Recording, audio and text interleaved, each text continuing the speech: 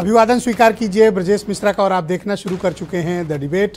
बहनों भाइयों, अयोध्या की पिच पर भारतीय जनता पार्टी की ताबड़तोड़ बैटिंग जारी है और विपक्ष के पास फिलहाल भारतीय जनता पार्टी को रोकने का कोई फार्मूला दिख नहीं रहा। कल अयोध्या एयरपोर्ट का रात में नाम भी बदल दिया गया। भगवान श्री राम के नाम पर एयरपोर्ट का नाम था, अब उसका नाम होगा महर्षि वाल्मीकि इंटरनेशनल एयरपोर्ट। और कल बहुत बड़ा मेगा शो अयोध्या में होने जा रहा है।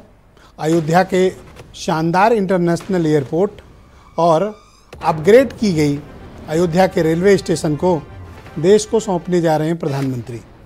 और कल एक बड़ी सभा भी बीजेपी की अयोध्या में आयोजित है, यानी अगले 22-23 दिन तक अयोध्या टेलीविज़न स्क्रीन, चर्चा, अखबारों में, सोशल मीडिया की सुर्खियों में रहने वाला है। क्या अपोजिशन के पास बीजेपी के इस दांव का कोई काउंटर है? और बीजेपी के इस ताबड़तोड़ बल्लेबाजी से अपोजिशन निपटेगा कैसे? आज चर्चा इसी विषय पे। बहनों भाइयों, अयोध्या में अब बस कुछ घंटे के बाद कल सुबह भारत के प्रधानमंत्री नरेंद्र मोदी अयोध्या के नए बनाए गए इंटरनेशनल एयरपोर्ट को देश को सौंपेंगे। ये एयरपोर्ट अपने आप में बेहद अनूठा है, अलग है, बड़ा है और ये 3 फेज़ में बनना है। और जब ये फुल फ्लेज 3 फेजेस बनकर तैयार होंगे तो ये लखनऊ के बराबर का एयरपोर्ट होगा। मैं हमेशा कहता आया हूँ और फिर इस बात को मैं दोहराता हूँ कि किसी भी शहर में एयरपोर्ट का होना उसकी पूरी इकोनॉमी को बदल देता है। अयोध्या में राम मंदिर के निर्माण के बाद अब जब ये एयरपोर्ट बनकर निकला है, निश्चित तौर पर अवध क्षेत्र में और विशेष तौर पर पूर्वांचल तक की बेल्ट के लिए ये एयरपोर्ट आर्थिक दृष्टिकोण से बड़ा क्रांतिकारी है।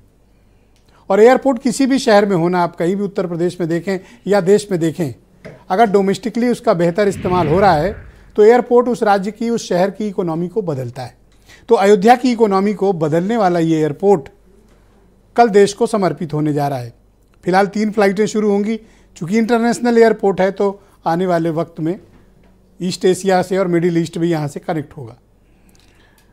भारतीय जनता पार्टी अब जब जिस तरह की तैयारी राजनीतिक रूप से कर रही है, अपोजिशन के पास क्या उससे निपटने के तरीके हैं?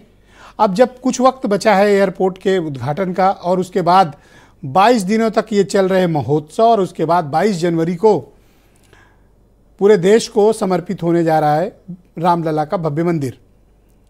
यानी भारतीय जनता पार्टी ने अपना एजेंडा, अपनी पिच क्लियर कर दी है और उनके इरादे भी साफ हैं।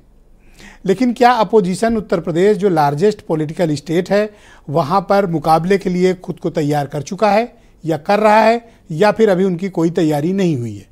बीजेपी उत्तर प्रदेश में बढ़त पे है, इसमें कोई दो राय नहीं। और अपोजिशन के पास फेसेस तो हैं, लेकिन फिलहाल अपोजिशन में एकता का अभाव दिख रहा है और अभी भी उनकी सीट शेयरिंग और बाकी कॉम्प्लिकेटेड पॉलिटिकल इश्यूज फंसे हुए हैं। कल जब प्रधानमंत्री मोदी अपनी हैट्रिक के लिए, यानी तीसरे बार के लिए जनता से अपने लिए मैंडेट मांगेंगे और अयोध्या के एयरपोर्ट का उद्घाटन करेंगे, तो अब विपक्ष की तैयारियां किस स्तर पर हैं, आज हम चर्चा इस विषय पर करने वाले हैं। आप कुछ स्टेटमेंट सुन लें, फिर आज की डिबेट को हम आगे बढ़ाएंगे।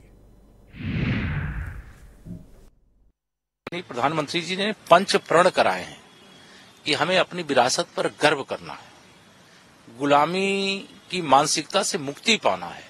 तो अगर अयोध्या, जहां भगवान श्री राम का जन्म हुआ, उसका नाम अगर फैजाबाद था, प्रधानमंत्री जी के निर्देश पर अयोध्या हुआ है, तो सब लोग उसको स्वागत कर रहे हैं। अगर अयोध्या जंक्शन जो था उसे अयोध्या धाम जंक्शन कर दिया गया, तो यह हाजमा विपक्षियों को क्यों खराब हो रहा है? भगवान क्या से किसी का निमंत्रण नहीं आता है, भगवान अपने आप बुलाते हैं सबको। नहीं, भगवान, आपको पता है कि भगवान ने बुलाया हमें, और जब तुम्हें बुलाएंगे भगवान, हमें भी नहीं पता होगा। क्यों? अगर भगवान का बुलावा आ जाए तुम्हारे लिए तो क्या हमें पता होगा? तो जब बुलावा आएगा तो हम लोग जाएंगे। हम उसी परंपरा के लोग हैं। तो बहनों भाइयों, आज की परिचर्चा को आगे बढ़ाते हैं। अनिला सिंह भारतीय जनता पार्टी की प्रवक्ता हैं, सुरेंद्र राजपूत कांग्रेस से हैं, डॉक्टर आशुतोष वर्मा समाजवादी पार्टी से हैं, मतीन खान मुस्लिम लीग के अध्यक्ष हैं और उत्तर प्रदेश के शैलेंद्र शर्मा अटल जी राष्ट्रीय स्वयंसेवक संघ से जुड़े हुए हैं, जाने माने विचारक और एडवोकेट भी हैं। चक्रपाणी जी महाराज भी मुझे ज्वाइन कर चुके हैं और वीरेंद्र सिंह जी हमारे स्टेट हेड। आप सभी का बहुत शुक्रिया और धन्यवाद मेरे साथ इस परिचर्चा का हिस्सा बनने के लिए। अनिला जी,